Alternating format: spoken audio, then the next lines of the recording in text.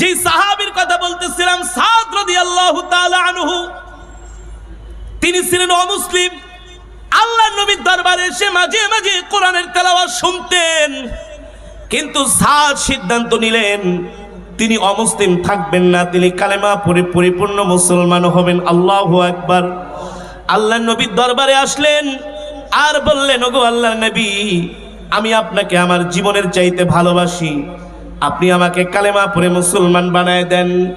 সরকারে দো আলম ওই যুবককে কালেমা পড়ে মুসলমান বানায় দিল। আল্লাহর পয়গম্বর বলে, সাদ, আজ থেকে তুমি আমার সাথে থাকবা, তুমি আমার দরবারে থাকবা। সাদ রাদিয়াল্লাহু তাআলা আনহু আল্লাহর নবীর দরবারে থাকেন আর দ্বীনের দাওয়াত দেওয়ার জন্য সহযোগিতা করেন।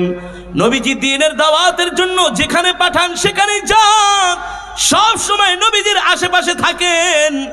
এক মুহূর্তের জন্য আল্লাহর পয়গম্বর থেকে সাদ দূরে যান না।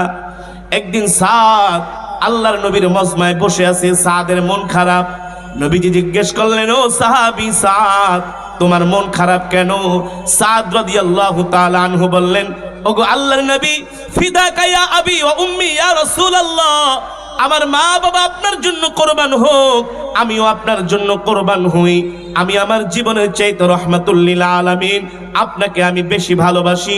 ওগো নবীজি, এই দ্বীনের জন্য আমি মা ছেড়েছি, বাবা ছেড়েছি, ঘর ছেড়েছি, বাড়ি ছেড়েছি, আত্মীয় স্বজন ছেড়েছি, এমনকি জন্মভূমি ছেড়ে মক্কা এসে আপনার হাতে হাত রেখে কালেমা পড়ে মুসলমান হয়েছি। আল্লাহু আকবার। সরকার দো আলম বলে, সাহাবী, তোমার মন খারাপ কেন? সাহাবী সাদ বলে, ওগো আল্লাহর নবী, আমার মন খারাপ এই জন্য, কিভাবে আমি আপনাকে কথাটা বলি, আমার লজ্জা হয়। সরকারে দো আলম বলে, সাহাবীরে, তুমি তোমার মনের কথাটা আমার কাছে খুলে বলো। তার কারণ হলো, ওয়ামা আরসালনাকা ইল্লা রাহমাতাল লিল আলামিন, আল্লাহর নবী হচ্ছেন সমগ্র বিশ্ববাসীর জন্য রহমত। ঠিক কিনা বলেন? ঠিক কিনা বলেন? মনের দুঃখগুলো শুধু আল্লাহর কাছে, আল্লাহ রাসূলের কাছে বলা যায়, কিন্তু দুনিয়ার মানুষের কাছে নিজের দুর্বলতা প্রকাশ করলে শুধু শুধু বিপদে ফালানোর সুযোগ খোঁজে। খোঁজে কি খোঁজে না? নিজের একটা দুর্বল পয়েন্ট যত ঘনিষ্ঠ বন্ধুর কাছে বলেন না কেন, শুধু সুযোগ খুঁজবে যে ওই দুর্বলতার সুযোগ নিয়ে কোন সময় আপনাকে বিপদে ফালানো যায়, কোন সময় বাইন্ডিং এ ফালানো যায়, ওই বিপদে ফালায়া কোন সময় আপনার থেকে কিছু উদ্ধার করা যায়, এমন কিছু নিমক হারাম বন্ধু আছে কি আছে না? আছে কি আছে না? এ কারণে যুবক, তুমি কার পিছনে ঘোরো? বলো, আমার নেতার চরিত্র ফুলের মতো পবিত্র, তোর নেতায় নামাজ পড়ে না একক। বাংলাদেশে যখন করোনা আসলো, তেলের খনি পাওয়া যায় সৌদি আরবে সমুদ্রের নিচে, আর বাংলাদেশে তেলের খনি পাওয়া গেছে খাটের নিচে। কোথায়? চাউল থাকে গুদাম ঘরে, সেই চাউল পাওয়া গেছে রান্নাঘরে। সব চোর। ঠিক কিনা বলেন? এ কারণেই মাননীয় প্রধানমন্ত্রী বলেছেন, যেই নেতা 5 কেজি চাউলের লোভ সামলাইতে পারে না, ওইটা আসলে নেতা হওয়ার যোগ্য না, ওটা চোর, ডাইরেক্ট চোর। ঠিক কিনা বলেন? এই করোনা আসলে মেজরিটি পার্সেন্ট মানুষ কষ্ট পায়, আর কিছু মানুষ আঙ্গুল ফুলে কলা গাছ হয়। হয় কি হয় না? ওই 2 দিন আগের প্রথম আলোর সংবাদ যে এবার করোনায় 2137 জন মানুষ কোটিপতি হয়েছে। 2137 জন মানুষ কি হয়েছে? কোটিপতি হয়েছে। এবার বোঝেন কি চুরি করাটা করছে, কি চুরি করাটা করছে। আর আমার দেশের বাসের হেল্পার, কন্ট্রাক্টর, গার্মেন্টসের শ্রমিকগুলো 3 বেলার জায়গায় 1 বেলা খেয়ে দিন কাটিয়েছেন। কাটিয়েছে কি কাটিয়েছে না? আমি কত দেখেছি ভালো ভালো ফ্যামিলির মানুষগুলো, মহিলাগুলো বোরকা পরে পরে বাজারে বাজারে ভিক্ষা করেছে করোনার সময়। ঠিক কিনা বলেন? করেছে কি করেছে না?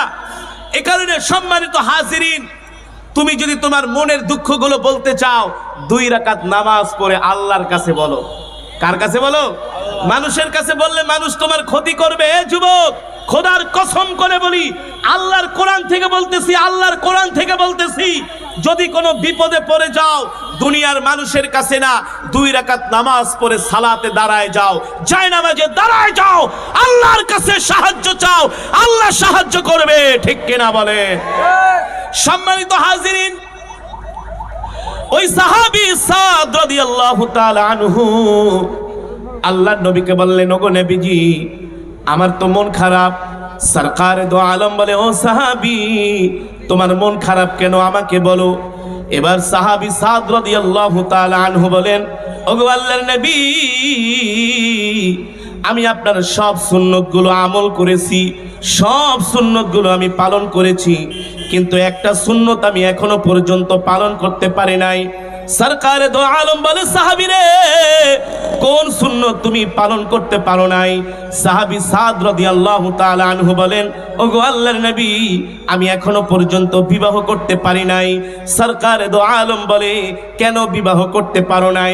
সাহাবী সাদ বলে, আমার কাছে টাকা পয়সা নাই, অর্থ নাই, আর দেখতে আমি সুন্দর না, দেখতে আমি কালো। আল্লাহর নবী সরকারে দো আলম বললেন, ও সাহাবী, তুমি কি বিবাহ করতে চাও? সাহাবী সাদ রাদিয়াল্লাহু তাআলা আনহু বললেন, আমার মতো এমন একটা কালো মানুষের কাছে কে মেয়ে বিবাহ দিবে? আমার কাছে কে তার কন্যাটা বিবাহ দিবে?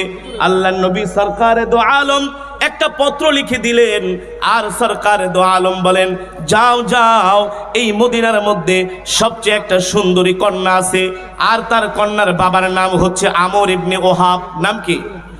সাহাবী